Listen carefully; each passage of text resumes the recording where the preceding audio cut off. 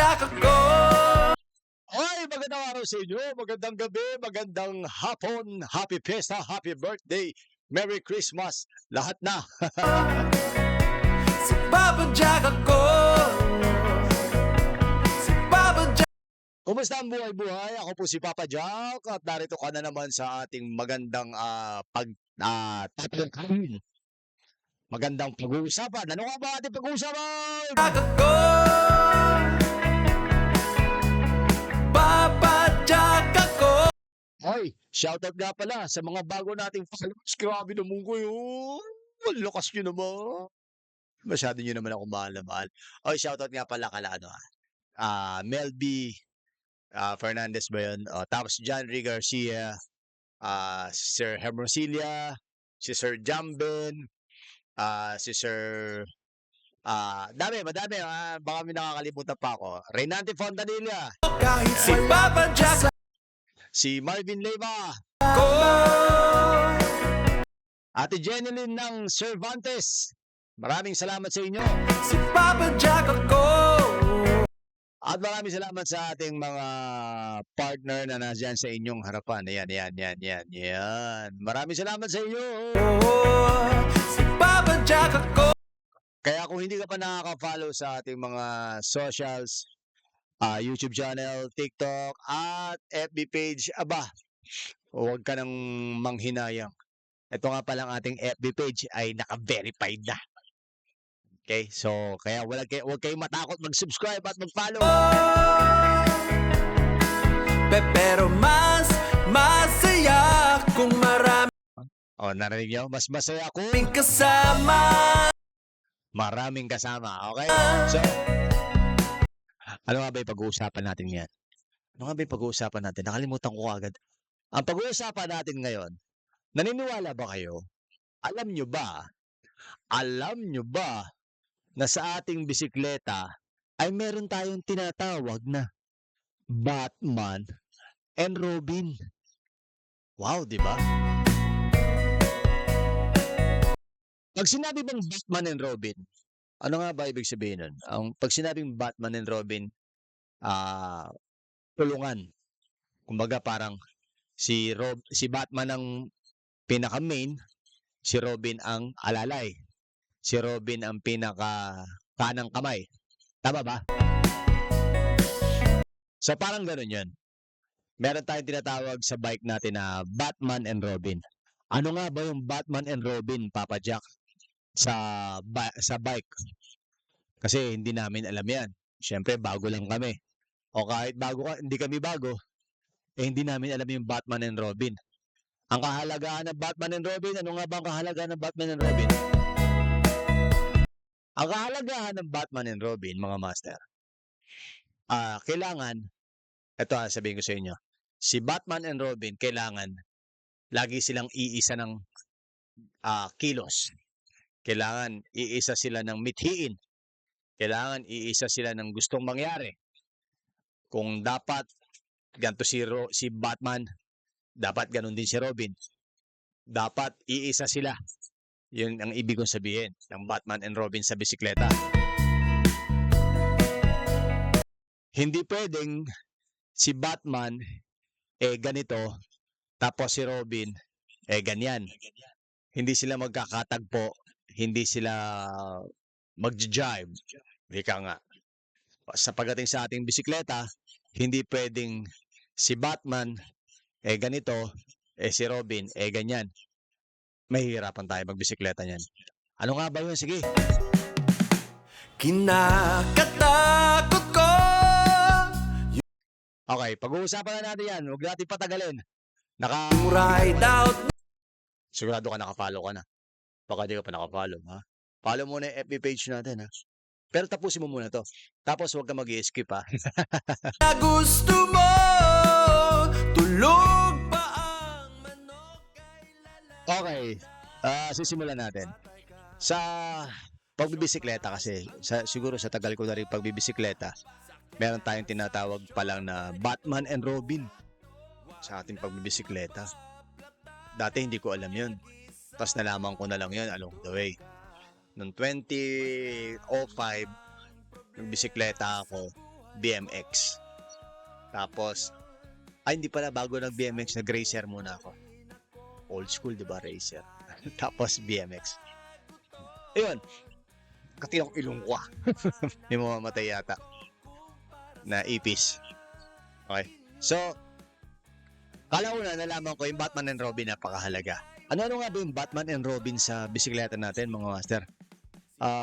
Isa-isahin natin. Meron tayong tatlo eh. Meron tayong tatlong tinatawag na Batman and Robin. Pero yung pinakahuli, yun yung pinakamahalaga. Dahil yung pinakahuling Batman and Robin sa bisikleta natin, yun ang hindi mo dapat kalimutan at kailangan pag-isipan mong mabuti bago mo sila i-set up o bilhin. Okay, ang una natin syempre mga master, etong tinatawag nating Batman and Robin na stem at handlebar. Kung mapapansin nyo to, itong handlebar natin, tsaka itong stem natin. Etong stem na to, ang haba nito is siguro mga 100. 100 na negative, positive. Okay?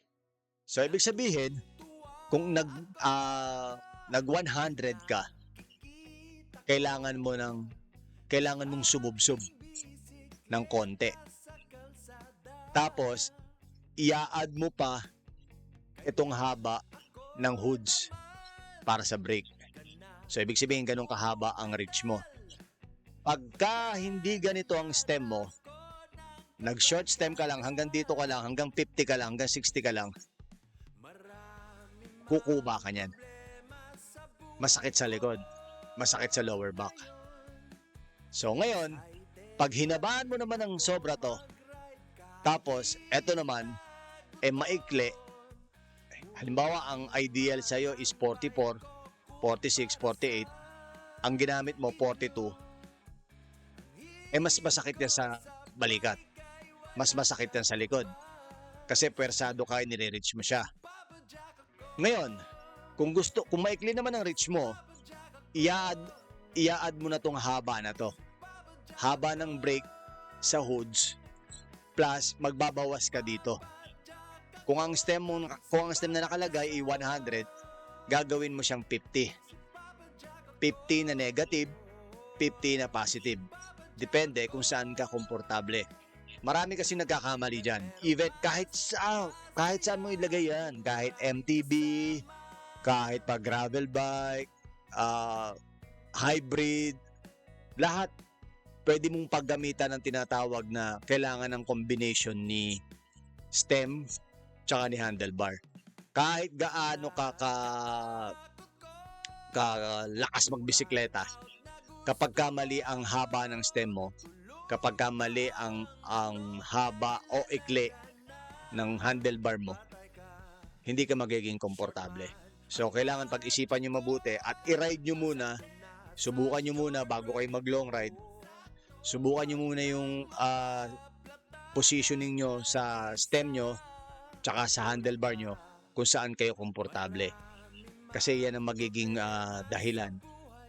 Posible at isa sa maging dahilan na magkaroon kayo ng sakit sa lower back. Kasi kapag kamali yung negative, masyado nakadukdok, masakit sa likod. Pag masyado namang nakataas, nakakangalay naman sa shoulder yon. Kapag masyadong malayo sa inyo, inire-reach nyo yung kamay nyo, masakit yun sa braso. Pag uwi nyo ng bahay, may nararamdaman na kayong sakit. Okay? So, kailangan balanse. Kailangan etong handlebar nyo at tong stem nyo, nagwo-work sila together para sa inyo. Okay? Huwag nyong hayaan na magkamali at magtiis kayo sa maling set ng handlebar tsaka ng stem. Okay? At ang susunod natin, ito ang isa sa pinaka-Batman and Robin natin. Etong tinatawag nating saddle o upuan at seat post. Etong seat post na to, mga master, napakahalaga nito. Kasi meron tinatawag tayong straight na seat post, meron tayong naka-lean back ng konti, at meron tayong tinatawag na suspension. Pili lang kayo kung alin doon ang gusto nyo. Sa seat post natin, mga master, meron tayong iba't ibang sukat. Ano nga ba yung mga iba't ibang sukat ng mga seat post natin? Kung kayo ay naka-gravel bike o naka-Shirley, 27.2. Kung kayo ay naka-MTB, 31.6. Kung kayo naman ay medyo naka-old school na MTB, may mga 30.6, 30.1, 30.9. Kung kayo naman ay naka-road bike, usually yan 27.2. Okay? Depende lang yung kung ano kung ikaw ay naka-aeroframe. Kapag ikaw ay naka-aeroframe, ang karaniwan built-in na yung seat post. Babawasan mo na lang kung gaano taas. Hindi ko alam kung may nabibiling mga aftermarket na sukat para doon sa mga aero bikes. Road bike at gravel road. Okay, pero karaniwan mga nakagano naka-aero seat post, mga naka-road bike eh. Road bike yung karaniwan mga carbon. Alright? So, sa saddle mga master, gaya nung episode natin, baka hindi niyo pa napapanood kung paano yung pagpili ng tamang saddle. Sa saddle, kailangan compatible silang dalawa. Paano mo ba masasabing compatible silang dalawa? Na dapat nakaset silang pareho. Kasi merong tinatawag na adjustment. Etong adjustment, pwede siyang naka-lean forward. Gaya nito, nasa gitna lang siya. Pwede siyang naka-backward ng konti. Ngayon, kung ikaw ay medyo na shortan ng konti sa frame mo, pwede mong isagad to hanggang dulo. Or pwede kang bumili naman na naka-lean back ng konti na seat post para medyo lumayo siya ng konti. Huwag nyo nga palang isasagad tong seat post nyo sa pinakadulo, magkabilaan. Kasi mawawala ng balanse. Pag nawala ng balanse yan, may mga tendency na rurupok yung bawat dulo. Kasi hindi balanse yung bigat pag inupuan nyo. So, possibility, mabilis masisira o mabilis rurupok kasi aluminum lang to eh. 'Di ba? May nakita nga pala ako nito, carbon yung mga nakaganito. Ay, grabe, ang mahal nun. So, kailangan, balanse sila pareho kung gaano siya kataas na nakadukdok kasi may nakadukdok na saddle. Merong mga nakataas o meron naka-flatline lang. Depende sa inyo kung ano yung formang gusto nyo na kung saan kayong komportable. Basta ang mahalaga, etong dalawang to, tama ang setup nyo, tama ang inyong pagkakalagay para hindi sumakit ang inyong balakang. Pagdating naman sa reach, isukat nyo lang tong seat post nyo nang hindi nyo masyadong tinitingkayad yung paa nyo. Tapos, lalagay nyo ng allowance sa binti nyo kung gaano kataas at kung gaano kababa. Wag masyadong mababa. Yung bumabaluktot yung tuhod nyo ng husto kapag kayo ay pumipidal. Kasi, yan yung mga posibilidad na masira kagad ang tuhod nyo. Ngayon, ang pinakahuli naman, pero bago natin bitawan yung pinakahuli, malinaw tayo doon mga master ha. Baka mamaya kasi sabihin nyo, Papa Jack, paano pagka ganyan at least malinaw tayo. Kung meron kayong gustong i-comment, comment nyo lang, sasagutin natin yan para mas malinawan kayo. Kung meron kayong hindi naiintindihan. Okay? Ano nga ba yung susunod natin, Papa Jack? Pero bago natin bitawan yan, mag-follow ka na dito. Ay, baliktad. Mag-follow ka na rito sa ating mga socials para updated ka sa mga nangyayari sa Pilipinas at nangyayari sa ating mundo. Okay? Saka pala, baka hindi nyo pa napapanood yung ating tinalakay na bike lane. Aba, napakahalaga nun para sa ating mga siklista. Ha? Panoorin nyo at huwag kayong mag-i-skip ng ads doon at dito sa ating video na to. Okay? So, ano nga ba yung pinakahuli, Papa Jack? Siyempre, ang pinakahuli natin, ito yung pinaka puso ng ating bisikleta kung saan tayo magiging komportable at kung saan tayo magiging mapayapa na makakaalis, makakarating at makakauwi. Ano nga ba yun, Papa Jack? Ito yung tinatawag na cogs at crank. Kailangan compatible silang dalawa. Kailangan itong crank na to nakadesign kay cogs. Kailangan itong cogs na to nakadesign kay crank. Ano nga ba ibig sabihin nun? Kung hindi nyo pa napapanood yung tinatawag natin na yung crank, the best crank and cogs para sa gravel, para sa MTB. Panoorin nyo sa ating playlist. Meron tayong playlist dyan na din-explain natin, sinasabi natin kung ano nga ba yung pinaka the best para sa newbie, para sa intermediate, para sa medyo kahit pa paano sabihin natin batikan na rin na siklista na ang gusto lang relax. Okay? Etong crank na to mga master, tsaka itong cogs, napakahalaga na magkakilala sila. Bakit? Kasi etong cogs na to, etong crank na to, kahit gaano siya kalaki, kahit gaano siya yung first ring mo, tsaka yung second ring mo, kahit gaano siya kalaki, at napakaliit naman ito, hanggang 32 at hanggang 34. At baguhan ka lang, nag long ride ka, na rolling hills, patay ka. Mga 200 kilometers, tapos rolling hills, paktay ka. Last pag ka, bawa ikaw naka 50 o naka 46, tapos naka 30 ka, tapos ang cogs mo 34 lang, patay ka. Like tama ka dyan. So, ano nga ba yung maganda setup? Ay panoorin niyo yung ating best crank para sa cogs, tsaka sa crank na rin. Tapos, kung halimbawa naman, nakamalaki ka nito, malaki cogs mo, halimbawa naka 42, 46, 48, o 50.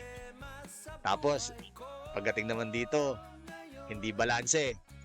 Bawa, naka 50 ka rin dito.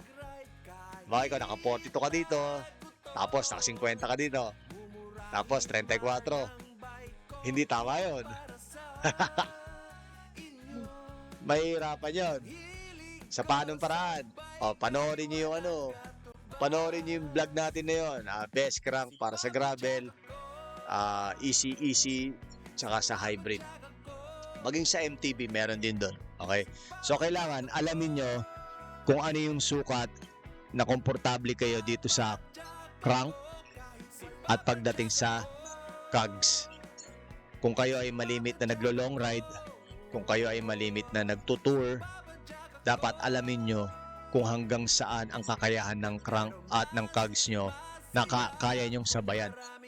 Dahil pagka hindi match yan, match yung cogs nyo, match yung crank nyo, titirik kayo or malalaspag kayo kagad. Kasi hindi nyo alam paano malalaro yung tamang cogs tsaka tamang crank. Magkamali ang inyong combination. Kailangan tama yung combination nyo, ha. Hindi dapat kung ano yung alam nyo lang, magsisettle kayo kahit nalalaspag kayo sa set na yun. Kailangan alamin nyo kung ano yung tamang crank at tamang cogs. Depende sa discipline na meron kayo. Kung kayo ay naka-MTB, bike packing, bike touring, or everyday use lang. Kung everyday use lang, hindi naman ganun kasela ng requirement. Pero kung kayo ay mahilig mag-ride ng mga malalayo, kailangan alamin niyo yung combination ng crank at cogs, yung pinaka-the best. Pero para malaman niyo yan, panoorin niyo yung video natin.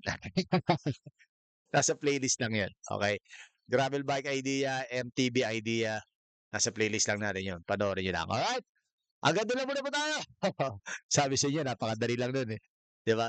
Hindi natin patatagalin yan kasi gusto ko precise yung ating mga episode para ma-enjoy nyo yung mga pinagagawa natin. At the same time, hindi kayo mabore. Alright?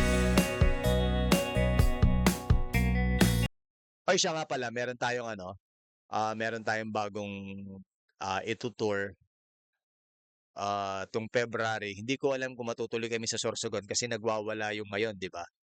So, pag-uusapan namin ng Papa Jack and Friends kung matutuloy o hindi or kung sa iba kami magruruta. Pero definitely sa iba kami magruruta. Kung hindi matutuloy yung Sorsogon namin sa Bicol, ha?